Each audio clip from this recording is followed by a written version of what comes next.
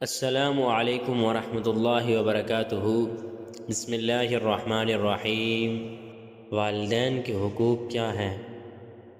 حضرت عروہ بن زبیر رضی اللہ تعالی عنہ سے مروی ہے کہ حضرت ابو ہریرہ رضی اللہ تعالی عنہ نے دو آدمیوں کو دیکھا تو ان میں سے ایک سے پوچھا کہ یہ دوسرا شخص تمہارے ساتھ کون ہے؟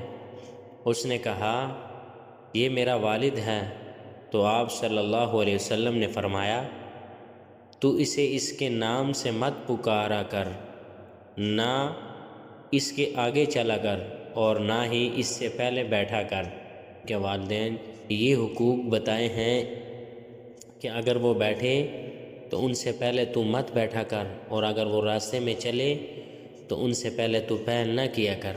اللہ تعالی ہمیں اپنے والدین کا ادب اور ان سے محبت کرنے کی توفیق عطا فرمائے۔